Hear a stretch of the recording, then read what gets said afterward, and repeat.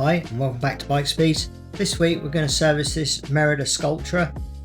We're going to change the chain on this one, the cassette, one of the cables, and we're also going to save the rider's next ride by doing a little trick as we do this bike that you'll see further down the line. So as you can see, it's quite worn, this bike. It's been well ridden. My understanding with this one is that it belonged to one of our competitive local riders and she's passed this back to her mum to use, so this is a service ready for her mum to start using this bike.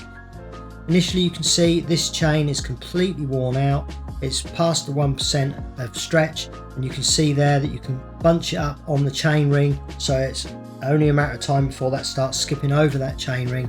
So we do need to replace the chain and the cassette with this one, but the chain ring should still be okay. You can see here how this tyre is moving to the right hand side as the brake is pulled. That's because the caliper itself isn't central to the rim of the wheel, so we're going to address that when we do the brake to make sure that the pull is evenly onto the rims to stop the flex and tension on those spokes and the rim of the bike. And also here you can see the quick release has got quite a little bit of rust on it, so we're going to clean that up and lubricate that so that it will avoid that problem as the bike is used further along its journey. And here I'm going to replace this cassette because although it doesn't look too bad, obviously with that chain stretch and wear it would have worn those teeth on that cassette and the new chain will skip over that, so we need to replace that. You can see here on the rear derailleur there's quite a bit of debris, so I'm going to clean that up as well and iron out the shifting there. I'll also fit a new cable, which again you'll see further down this video why we actually changed that cable. Front derailleur here, not too bad. It just needs a clean up and a re-lubricate. It's a little bit dry on the pivot point, so it's a good point to get that serviced and get that cleaned up. And we'll get this chain set off so that I can feel the bottom bracket bearings and also clean up this chain set, clean up those chain rings and make sure that's operating and working as it should. Off come the brakes next. Again, as I'm doing all these things, I'm analysing things, weighing things up, checking things like thumb adjusters, checking how tight the fittings are on the frame and checking the pads and odds and ends. As I'm removing these parts, I'm glancing over various parts to do with them to see how in depth I need to go with the part in terms of cleaning and lubricating. But in this instance these are going through the ultrasonic cleaner to get a nice deep clean and really be brought back up to spec. So I'm going to just help the ultrasonic cleaner by cleaning off some of the debris that's already on the jockey wheels, the build up there of debris that you get. This is very common, even on very clean bikes you'll get this build up. You can see there you're dragging your chain through that with every pedal revolution. It just makes a less smooth change, a less smooth feel to the bike, and you draw away some of your wattage power as well with that kind of debris on your bike. So this is why it's important for us to also clean a bike as we do the servicing of that bike. So these parts have gone through our ultrasonic cleaner.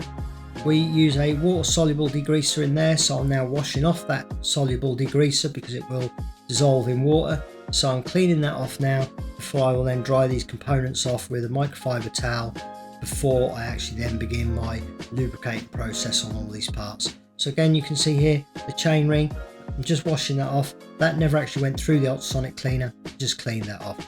So now I'm using our lovely premium grease here on the jockey wheels themselves just to give them a little bit of lubrication to help them along their way, and then I'm using a Loctite on these pivot bolts that hold those jockey wheels to the derailleur itself. That would ensure that that's not going to come undone. Obviously I don't want any of my customers to have issues with their bikes when they're out riding, so I do things like that as well.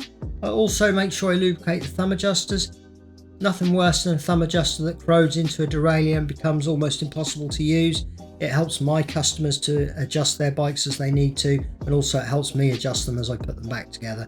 A little bit of our premium grease on the spring there and our general purpose oil, nice thin oil on the pivot points of the derailleur as well. Doesn't do any harm to help that along the way with the actuation, especially as the components wear. So although those pivot points are almost self-lubricating, a little bit of lubricant doesn't go amiss on those components as they get older, and that's what we're aiding to help there. We're also using our silicone grease there on the roller on the bottom side of the brake. That's something that's often missed and people often don't even realise there's a roller there. It rolls against the other arm to create a smooth actuation, so I also lubricated that. Even the quick releases there, you can see I lubricate those as well. Again, I want everything smooth when I give the bike back to a customer to make sure that everything's working and feels nice for them when they're using that bike as well.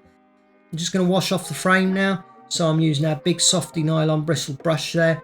All these things you can buy on our website. So the nylon bristle brush, the big softy, which you'll see in all of our videos, as I'm a fan of that brush, microfiber towels, greases and oils and cables, etc. You can all buy those on our website, which is bikespeeds.com. There's a link in the description below, so do check out our website because we sell some things on there that are not so common on most biking websites, so do check out our website.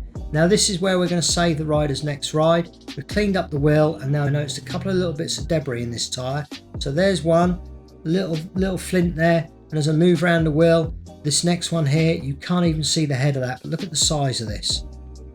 Look at that, bosh, out. That would have carried on working its way through the tyre, eventually through the tube. That's a certified puncture on the next ride for this customer. But when they do get a puncture, I like to line up the logo on the tyre here. You'll have seen this in many of our videos before. Line up the logo with the valve. That way it helps you identify where a puncture is in the tyre. When you remove the inner tube, you can inflate that, see where the air is coming out, know roughly where it is in the tyre, and then also if you get a second puncture, you can determine whether it was in the same place or somewhere different. So it just helps with identifying punctures to get your logos lined up. And apart from that, they look nice. On goes a new cassette. So I've put a new one on here because of the wear of the chain and the fact that the old cassette looked quite worn to me. I torqued that up, and now we're going to address this rear derailleur cable. Sometimes I can rewind these ends when they fray off like this, put a new end on them, and they'll be absolutely fine. But as you can see here, up at the headstock of the frame there, we've got a lot of wear on the outer. It's worn through. It was because the outer was just a little bit short, so every time the steering was turning on this bike, it was just dragging that outer in and out of the frame, and that was what caused that rub through. Now this is always a nervous time for me when I take a internal routed cable out like this with a cable guide. I'm always hoping to see the cable guide at the other end and not have to do this manually by removing the bottom bracket and resorting it all out manually and fresh as if it was a fresh frame. So I'm always glad when my cable guides go through.